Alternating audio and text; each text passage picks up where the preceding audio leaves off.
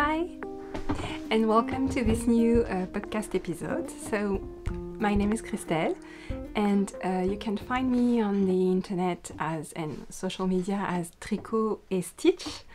So this is a podcast about knitting and yarn dyeing, and if you're new to the podcast, welcome. Thank you very much for checking me out. And if you're a returning viewer, thank you so much for joining me again for this new episode. So it's been such a long time since we've been chatting a bit. I think my last podcast episode was before the summer vacation, and now it's mid-October. It's actually October the 16th, Friday. So lots of things have happened. I've knitted a lot of things, and I will not be able to share it with you all today, but I will share a bit. So if you're new to the podcast, don't worry, you don't have to go back to the previous episodes. You can just jump on the train and join the fun. So I just wanted to let you know that you can find me most easily on Instagram. So that's at tricot_et_stitch. And if you are in the Ravelry group, I have a Tricot et Stitch Ravelry group. If you need to join me, the best way to do that is by email. And if it's yarn related, because I have a shop on Etsy, that's Tricot et Stitch on Etsy. So if you need me, if you have some question regarding the yarn or a custom order or something like that, the best way to get in touch is via the Etsy private messages. Also, the best way to keep in touch and not to miss any information is to subscribe to the newsletter. So below this screen you have the show notes. You just have to click on plus and you will get all the details. I tried to be quite exhaustive in the show notes, so you should find there all the links to the projects I'm talking about in this episode, as well as all the links to all the things Tricot et Stitch, so my website, Instagram, Ravelry, Etsy, the whole shebang. Okay, everything should be there. And I really encourage you to subscribe to the newsletter, because as you know, with the Instagram algorithm, unless you click on being notified when I publish something, there is a lot of chance that you won't see what I'm publishing on Instagram if you're not part of the lucky 10% that get to see my publications firsthand. So a newsletter is the best way to be in touch and to get news about new patterns, ongoing tests, and new yarn in the shop, and new kits, and because there's going to be a lot of kits in the shop. Also, I would like to encourage you to use the official Tricot et Stitch hashtag. That's hashtag Tricot et Stitch, so everything in one word, on Instagram. So I'm looking at that hashtag pretty much every day, and usually it makes my day. I'm so happy when you knit one of my pattern or when you knit with my yarn. So it's really so nice to see what you're doing with my creativity, basically. So without further ado, I wanted to tell you that, well, there might be quite a few new faces here, because over the past month, last month I was to, participate as a vendor to the Perth Festival of Yarn. So that was mid-September. So we went online due to the COVID crisis. So maybe there are new Scottish knitters joining us for the podcast. And next month in November, so that's November 7th and 8th. I was to be vendor at Barcelona Knits Festival, so that will be online as well. I'm very happy to be able to participate to the online event. So again, if you're joining in from Spain or from any Spanish-speaking country, well, welcome. I'm so happy to have you, and I hope you like this podcast. Also, important shop news for you guys who are not based in France. Because my intention is to, you know, do a lot of festivals abroad, not in France, but in Europe. I decided to lower my shipping fees, my international shipping fees in the shop. So now for European countries, the shipping fee is €9.90, so just under 10 euros, and it goes in increments of €1 when you add some products. And for the rest of the world, well, for Europe it was at least 12.50 and almost, yeah, 15.50. So now it's 9.9 euros. And for the rest of the world, it used to be almost 25 euros, and I brought it down to 19.90 euros. So that's just under 20 euros. It's still a sum. It's still some money. I mean, I understand. Totally, I get it. It's almost the price of a skein. So yeah, it's expensive, but it's less expensive than what the French Post is charging. So it's 19.90 for the rest of the world, and again increments of €1 when you add products. So oh yeah, and still free shipping for orders above 150 euros. Okay, that's covered. So if you see something that catches your eyes, now is the time, because you know the shipping fees are lower, and I would be so happy to begin to ship my Tricot Stitch babies to you in other European countries and farther away as well.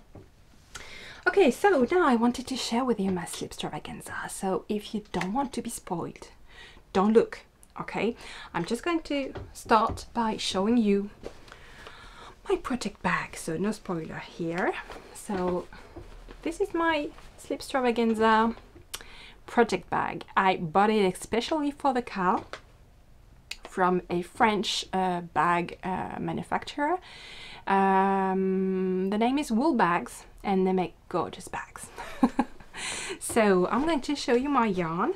My main color, I was a bit worried about my main color because it's a new colorway called Crazy Witch. It's a new October colorway, and it's pretty variegated. It's heavily variegated. I think there are 13 colors in that colorway. You know, Halloween and everything. So here it is, and you know, I decided to give it a chance. I mean, if Stephen West's annual Mystery Cowl is not the occasion to use a crazy color, what is it? I mean, when can you do that? So I decided to go along with that, and that's the main color, and the contrasting colors are, so color 1 is my Darker Things colorway, which is basically a very dark gray with patches of black, jet black. And then Lichen, that's a lovely tender green on tweed. And the last colorway is Gloria. It's Gloria because it's a glorious shade of, oh, I should have broken that. Just hold on a second. Okay, it's a glorious shade of fuchsia. Okay, so that's, if you have knitted the Mystery Cowl, it's contrasting color too. So for the bonus clue. Okay, and because I like a dare, I always like a good dare, I decided to, you know, go with Steven and agree to the mohair dare.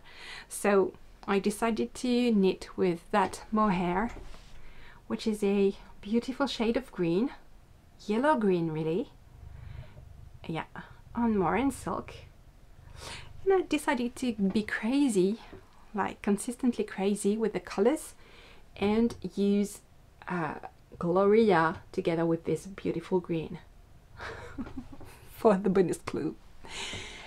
And so now is the time to avert your eyes. I don't know why he's not doing the focus. Okay, I'm back. So now is the time to avert your eyes if you don't want to be spoiled, because I'm going to show you my Slipstravaganza so far. Here it is. Could have, you know, chosen that picture for the cover shot of the podcast, but I won't, because spoilers, so no, it won't work. But so here is clue one, gorgeous clue one, and can you see the bitter juice vibes coming from it? I mean, can you see? It's gorgeous. Look at that. Yeah. So, like I said, I was a bit worried about Crazy Witch as the main color, but guys, it works. It works so well. I mean, it's gorgeous. Here is the bonus clue. If my camera will focus, can you focus, please? Yes, thank you. Okay, so that's the gorgeous clue 2. And here it is, and I'm ready to start knitting on section 3 because we've received it earlier today, so I had a lot of work to do today, so I haven't been able to knit on it yet, but it's on my program today. So I was I mean, Steven West, he keeps reinventing himself. When I was knitting clue 1, I was thinking, where is he going to pick up stitches? Where is he going to do that? Is it here? Is it here? It will be here. I don't know. And it's neither, because, you know, holes. I didn't see that coming at all. So that's crazy. That's so crazy. I love it. So that's it for the Slipstravaganza. I'm really happy to be working on that.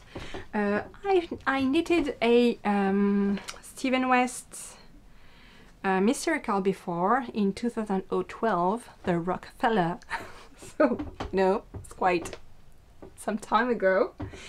And I think I was a bit discouraged with the next one, which was really crazy with the big holes in the middle, and it was too much knitting just in one, you know, one standing. I couldn't keep up with the rhythm and I got, you know, discouraged.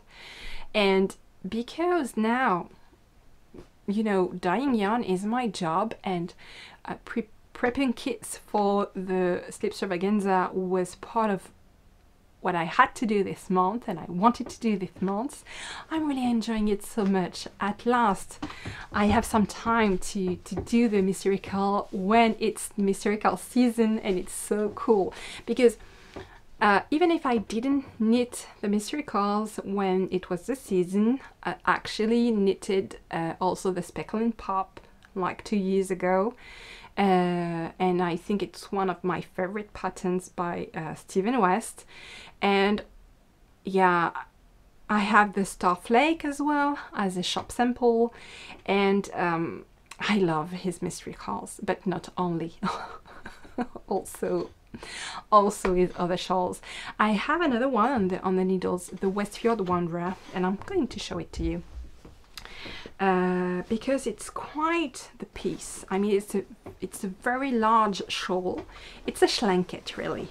I love that word. So I've completed the border. So the Westfjord Wanderer, I'm going to put the picture here. It's a very big shawl. It's fingering weight, held double throughout.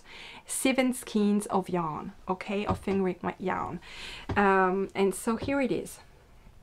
And to knit that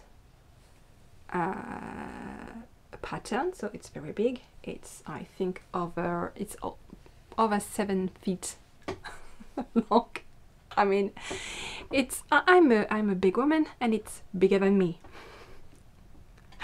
And what I decided to do with that is, instead of, you know, dyeing separate colorways and playing around with color, I decided to dye 7 skeins of yarn, gradient style, in the same part, and play on the texture. So it's 7 different textures, and you can see that you have some cereal alpaca. Okay, if you want to do the okay, so you have some cereal alpaca all together with different kinds of fingering weight yarns. You have some slub in there, you have some a mix of a fingering weight mix of merinos and mohair, which is absolutely decadent. You have some yak and silk in there, and some more and silk, and some stellina for, you know, the where is the stellina? I think you can see there is some little sparkle here. And yeah, I wanted to play around with texture for that one, and it's gorgeous, it's so soft. So what I'm going to do this month, I was waiting to get a restock on the stellina and on the silk kid fluff, but I'm going to offer some kits. If I show you, so it will be only dye to order, and it will be so custom dyed especially for you, and I will just ask you to get in touch with me to know what kind of colors you would like me to dye your kit. So no, it doesn't work. Sorry.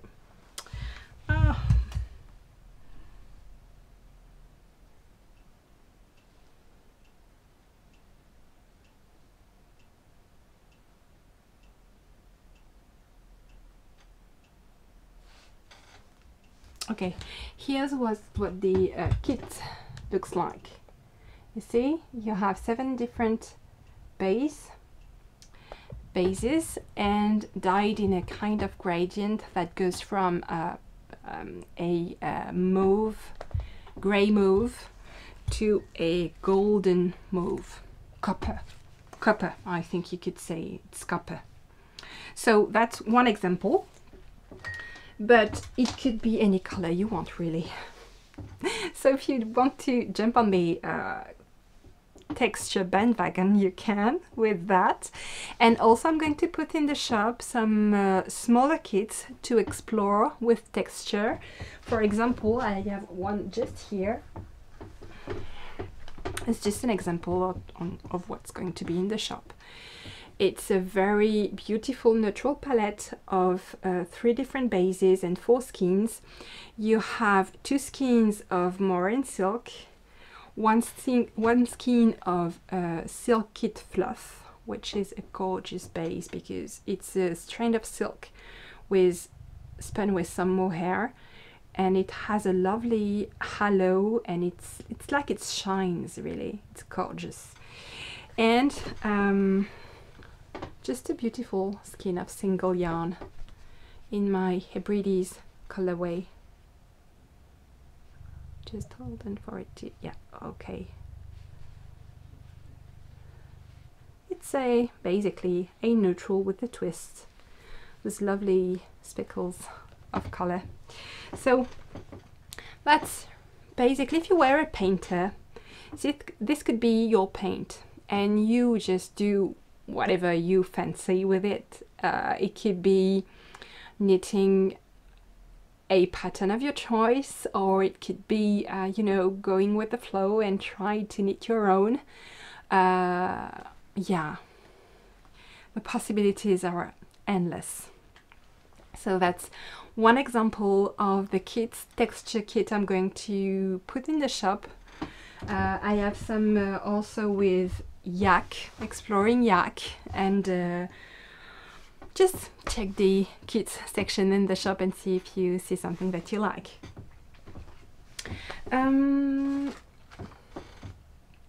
Oh, I have a new pattern. You know, in September, I was very lucky in that I was able to participate to a festival, fiber festival in the south of France.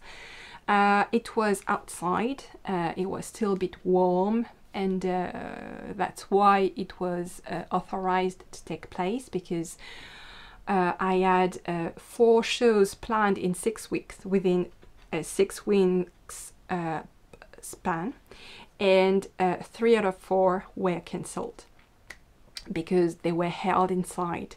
But that one was held outside, and so it was maintained and we were able to participate. It was great, it was so much fun. And when I came back, I was completely exhausted because it was like an 8-hour drive from my home. And I was so exhausted, and then I had all the bad news of all the shows being cancelled one after the other, and I really felt the need to, you know, to need something very simple without any pressure, that would be instant gratification and just something comforting. So I put on the needle some yarn that I bought 4 years ago during my vacations, and I held together a strand of mohair and a strand of yarn. I didn't have any information on that yarn because I bought it from a producer, local producer, and there was not even a yardage information on that. And it was quite rustic, but knitted together with the mohair and silk, it's gorgeous and it's very, very soft. So let me introduce you to the Réconfort shawl, which in French means comforting, the comforting shawl, and it's knitted on very big needles, I don't know the size in US size, but it's 7 millimeters, so it's fast.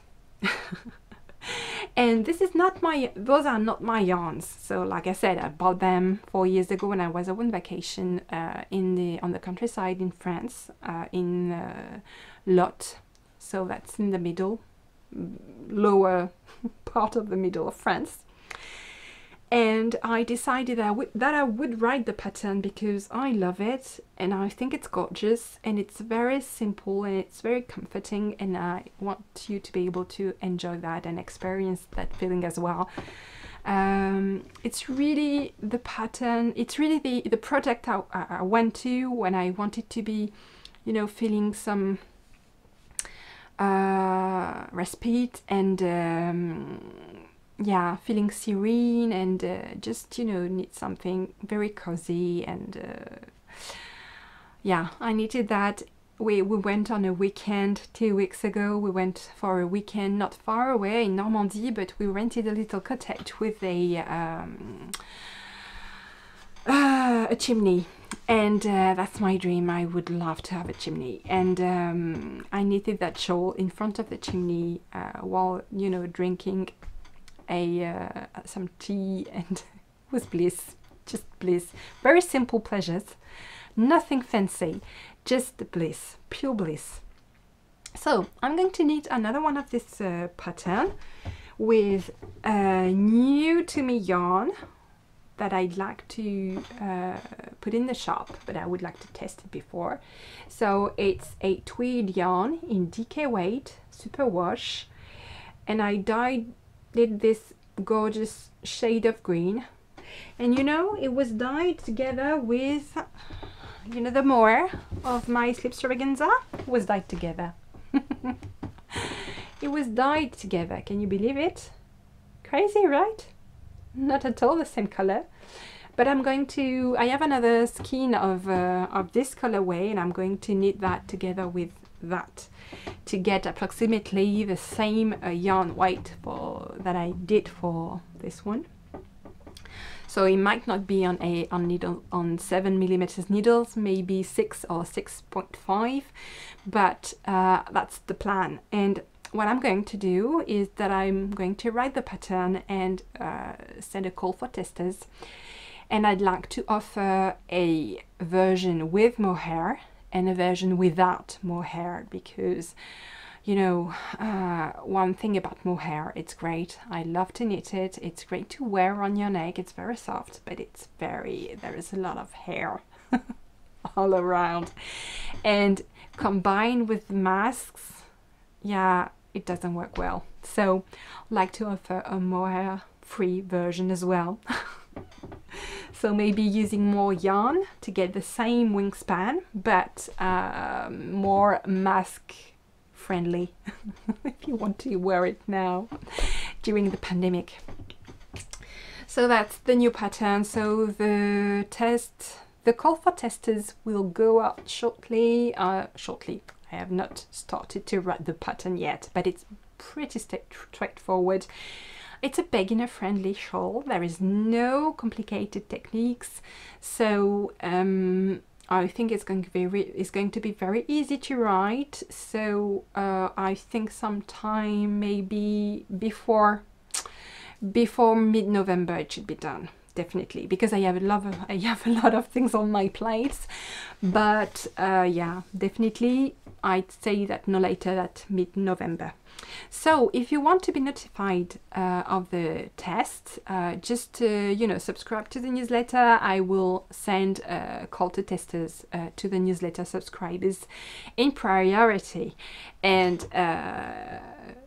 depending on the responses I get, I will put a complimentary call to testers on Instagram, but first and foremost to the newsletter subscribers. Oh, and while I'm at that, I'd like to ask you that if you enjoy this video, I would be so grateful if you could, you know, put a thumbs up and subscribe. Thank you. Okay, what's next? Oh yes. Oh yes, I wanted to talk to you about one of my patterns that was published earlier this year. It's called the Brioche Queen Cowl. Why Brioche Queen? Well, it's because it's a very simple cowl in brioche, and what I did is that I filmed a lot of tutorials to literally take your hand from start to finish to help you become a brioche queen, a queen of brioche. And what I did is that I put together some kits for this cowl that sold out very quickly. And for the next shop update, that's on Monday, so it's, if you're watching this, it should be out on Monday. The kits are already in the shop, and this is how it looks. So you need well, it's only 50 grams balls, and for the mohair and silk it's 25 grams, and you knit the mohair and the slub together for the darker color, and then you have a strand of fingering weight yarn for the lighter color. And so this is what it gives. So I'm going to show you. So the difference is, for the sample, the fingering weight yarn is with a strand of lurex, and the one in the kits is just straightforward single yarn, no strand of lurex. And this is the other side, and that's the slub yarn held together with the mohair and silk, and it's beautiful, and it's very cozy. It's very squishy and very cozy, and I mean, I was wearing it just today, just to go, you know, to drop my orders to the post office, and it's great because it covers your neck, but it's not too big. It goes into your coat, and it's not too big, so it's the perfect size. I wanted to show you the other kits that are going to be in the shop. So the shop update will be sometime on Monday. That colorway sold out the most quickly when it came out. So that's the corrupted pink colorway. You can see the slub here, if you'd like to please focus. Okay, so that's Corrupted Pink held together with a strain of Until Dawn 2.0 and Framboise sous acide here. And I have the exact same one here. Here it is, all knitted up, the right side and the wrong side. And what I like about the Corrupted Pink colorway is that it seems like it's just, you know, purple from afar, but if you look it up close, you can see that little, you know, pops of yellow and orange, and it's a very lively colorway, full of surprises. The other one I wanted to show you is more on the blue and grey side. I don't have a knitted sample for that one, but you see it's a blue slub with grey and a bit of fluorescent yellow, and the mohair silk and fingering weight yarn are a lovely shade of very light grey, and that is with a strand of lurex, so a bit of sparkle. And the last one I want to show you is the same as this one, so it's my Dreamy Ara colorway. So the only difference is that for this sample I used a set of 5 minis that I faded together, but for the kit I'm going to show you, I stuck with this colorway, which is Sangria, the darker one here. And I dyed the Dreamy Ara colorway, so the slab colorway, a bit more heavily. It's heavily dosed on autumnal shades. So here it is, a bit less green and more brown and purples, and yeah, here you have the green and you have the Sangria colorway, which is also with a bit of sparkle, but it's my Stellina base. It's gold sparkles this time, but very discreet. Also, I wanted to tell you that there was a Brioche Queen Cowl going. I think it was, I mean, I'm a bit late to announce the winner, but it ran until August the 31st. And I, you know, draw a random number to give away the prize, and the winner is Dinu51. So congratulations! I wanted to show you your prize. It's a Brioche Queen Cowl in a very summery colorway. It's called Dirty Rainbow, and so you have a Dirty Rainbow in slab here, which is a lovely, very bright and cheerful colorway with lots of fluorescent shades, pastel fluorescent shades. That's Unapologetic, and that's Cocktail by the Pool.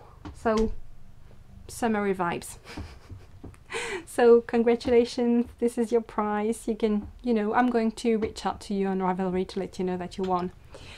So thank you very much to all of those who participated and posted pictures of their finished objects in the Ravelry group and on Instagram, because it was open on both Ravelry and Instagram. So there's no more call ongoing in the group, but starting November 1st, there's going to be a permanent call, a permanent monthly call called the Tricot Stitch FO Fanfare. So every month I will invite you to share your projects using either Tricot Stitch yarns or Tricot Stitch patterns, or if you want to have a double entry, Tricot Stitch yarns and Tricot Stitch pattern. And every month I will, you know, select one of the, with a random number generator, I will select a winner for a little prize in my shop. I think it's going to be a skein of yarn or the month kit, for example, because I have kits every month in the shop. For example, October was the month of the Slipstravaganza, but that's a very big giveaway price. I might not give away 5 skeins of yarn, but definitely at least 1 skein of yarn each month. So to participate, you can post your object and your project. It doesn't matter if it's finished or ongoing, you just post in the thread of the ongoing month. You can also post on Instagram. I will share the official hashtag for November. And early December, I will, select randomly a winner amongst all entries. But on a more general matter, I am very grateful when you share your projects with my hashtag Tricot Stitch, because it enables me to see the lovely things you create, and really it makes my day. So thank you so much for sharing. Okay, so I've thought and thought and thought, because if you know me just a bit, you know that Tricot Stitch is my full-time job, but that I'm also now a stay-at-home mom. My kids are at school and I have 4 kids, ranging from 13 to 2, 2 girls, 2 boys. And well, I'm a mompreneur, so that means I have to handle everything, my work, my business, but also the life at home, the cooking, the homework. That was the homeschooling, dreadful homeschooling earlier this year. And I must say, I have been struggling a bit to find a rhythm that works for me, that works for both my family and my home and my business. So I've been struggling a lot. It was either one or the other. When I focused on my business at home, it was, mayhem. And when I take time to, focus on home and cooking balanced meals and everything, the business suffers. So after thinking and thinking and thinking hard, I think I found a sustainable path to manage both subjects, both things. It's quite new, so I'm not sure it works yet, but it's been a week and it's been working great, so fingers crossed it's going to work out. So there are a few consequences for the business. The first one is that I'm going to go to the post office to drop your orders on Tuesdays and Fridays. So I've changed the time of shipping in the shop from 1 to 2 days to 1 to 3 days to accommodate for people, for example, ordering something on Tuesday and being shipped only on Friday. So that one thing, shipping on Tuesday and Friday. And the other thing is that I'm, trying to find a way to manage everything and still enjoy the time off with the kid and the husband. And I've been dealing with a lot of things over the past year, because last year my husband decided, he wanted to do a master. So that's to complete his training and his studies. And it's very, very demanding, because he does that, he has a full-time job and he does that at the end of the day. So he has some time with me and the kids, but for 4 years we decided to work as a team, and I will support him in handling the home and a lot of things around the home, and to leave him to pursue this project. And he plans to do a master in 4 years, so master 1 and master 2 in 4 years. So far he's doing well, and that's cool. But it's going to be some very challenging years for me, so I have to adapt. That's why it's very important for me to find a routine that works. And hopefully I've had a breakthrough. So I'll keep you posted, okay? The thing that is most difficult for me, I think, is to cook, because I don't like that. I mean, a lot of creative people don't like to cook, except if cooking is their creative outlet. But I think a lot of creative people like me don't like to cook, so I don't like to cook. So it's very difficult because takeaway food is not balanced, and I don't want, you know, to... it's my duty as a mother, so... I think I found a way to put some cooking time in my week and that I don't suffer too much and actually enjoy it. So that's the thing I wanted to check, that if it's working out or not. So I'll keep you posted. I mean, if you're not interested by that kind of subjects, it's no problem, just keep ahead and I will get back to yarn very quickly. Okay, I just wanted to share something with you. You know, Shetland Wool Week could not happen this year, because COVID, but they published this beautiful book. It's Shetland Wool Adventures Journal Volume 1, and I really love it because, I mean, it's on my bucket list to visit Shetland once, at least once in my life, and also to tour Scotland. And that's the first step, how to, you know, how to travel without moving. So the book is full of lovely things, patterns, beautiful pictures, recipes, stories, overall inspiration, and I'm really enjoying this very, very much. I mean, the patterns are gorgeous, feral patterns, and it's a beautiful object. There is a bit on, wow, Jimmy Perez from the Shetland series that I love. A bit also on, you know, the spinning mills in Shetland. So overall, a very interesting and very rich book. So I bought it from a shop that I had not the pleasure to visit, you know, myself, but I'm there very often virtually, and it's Lucy Locketland. It's a very friendly place, and the owner is absolutely adorable. So if you have just a moment to spare, I encourage you to go there. It's very, very lovely. Lucy Locketland. So I bought the book from her. So I wanted to talk about spinning just a bit, just a tad.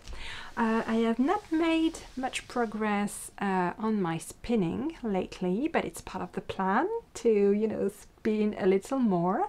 I am not showing any cross-stitching either because, well, I did make some progress over the summer for the spinning as well.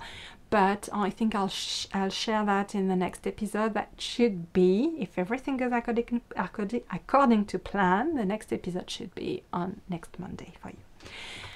Recording on Friday for me and online on Monday for you. So, what I wanted to show you is my latest acquisitions, fiber-wise. Because the Fiber Festival I was at as a vendor in September, there is not much fiber vendors in France. They are very seldom. So when you find one, you get to splurge. You get to splurge. So I did splurge. So the vendor is Céréales Fileuses. Fileuse is the French for spinner. And I decided to, you know, try a lot of things. So I kept with natural colors for 1 or 2 breads. So that's tweed, wool and viscose. So when it's going to be spun, it's going to be like a tweed yarn. And it's gorgeous neutrals with a dash of orange. It's really lovely. Then I went for a fiber that is new to me. I've never spun that. It's Falkland. Again, in a gorgeous neutral with green undertones. Wow, very like in the, you know, fall mood. Then I wanted to try that one because it's much more colorful, but it has some merinos with silk. You can see the very shiny parts, and the gray parts are linen. I wanted to try to spin a bit of linen. So yeah. And the other one is very decadent. It's alpaca and silk, and I mean, you can see it's buttery soft. It's gorgeous, really lovely. So here you go. And the last one, it's Corriedale, which is a fiber that I already know and already spun and I love, and in gorgeous apple tones like greens and reds. It's beautiful. It screams apples to me. It's gorgeous. So here it is for the spinning. And I think that's all for today. I would like to thank you very much for joining me and for bearing with me until the end. If you are a returning viewer, you might have noticed that my gear has changed. I invested a bit to have a better camera, and I decorated a little podcast nook that will be dedicated to recording the podcast from now on, because going into the autumn season I won't be able to record outside anymore, and I wanted to find a spot that I could, you know, use regularly even when the kids are at home, and that I don't have to, you know, move too much or anything. So this is my new podcast nook. I hope you like it, and thank you so much for joining me. And I think that's it. It's a wrap up.